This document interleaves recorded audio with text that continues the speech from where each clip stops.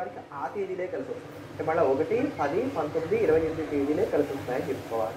కానీ ఏ ముఖ్యమైనటువంటి పని ప్రారంభం చేద్దాం అనుకున్నా ఈ తేదీలో ప్రారంభం చేయడం వల్ల ఒక నియమంగా పెట్టుకొని ముందుకు వెళ్తూ ఉన్నట్లయితే మెరుగ్గా ఉంటుంది. అలానే 4, 13, 22, 31 ఒక కాగితం పెన్ను పెట్టుకొని రాసుకోండి. ఎప్పటికప్పుడు గుర్తుండావు కదా, అందుకని ఎప్పటికీ కూడా మీకు వీలుగా ఉండడానికి అవకాశాలు ఉంటాయి. మళ్ళీ చెప్తున్నాను, 4, 13, 22, 31 ఈ తేదీల్లో ముఖ్యమైనటువంటి సంఘటనలు జరుగుతూ ఉంటాయి. మీగ్గా మీరు ఈ సమయాల్లో ఏ పనులు మొదలుపెట్టకూడదు. వాటిగ్గా ఆ సమయాల్లో కనుక మంచి జరగడానికి అవకాశాలు ఎక్కువగా ఉంటాయి. అక్కడ కనుక మంచి జరిగితే దానివల్ల కలిగేటువంటి ఫలితాలు కూడా చాలా అద్భుతంగా ఉంటాయని చెప్పని చెప్పుకోవాలి. అలానే ఎప్పుడు జాగ్రత్త పడవలసినటువంటి తేదీలు ఏమిటి అంటే 8, 17, 26 8, 17, 26 ఈ తేదీలు మాత్రం మీకు ఎప్పుడు కూడా ప్రతికూలంగా ఉండేటువంటివి కనుక ఈ సమయాల్లో జాగ్రత్త పడాలి.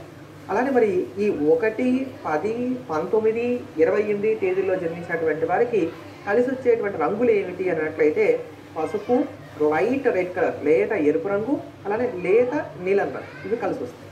మరి అస్సలు వాడకూడని రంగులు ఏమిటి అన్నట్లయితే కనుక నలుపు, ఒక్క రంగు ఇవి ఏ రూపంలో ఉన్నా అచ్చంగా నలుపు కావచ్చు, లేదా అక్కడక్కడ నలుపు కలిగినటువంటి వస్త్రాలు కావచ్చు, అట్లా ఏ రూపంలో అయినప్పటికీ కూడా నలుపుని, ఒక్క రంగుని అవాయిడ్ చేయడమే మీకు అన్ని విధాలా శ్రేయస్సుగా ఉంటుంది. గురుగారు చాలా మంది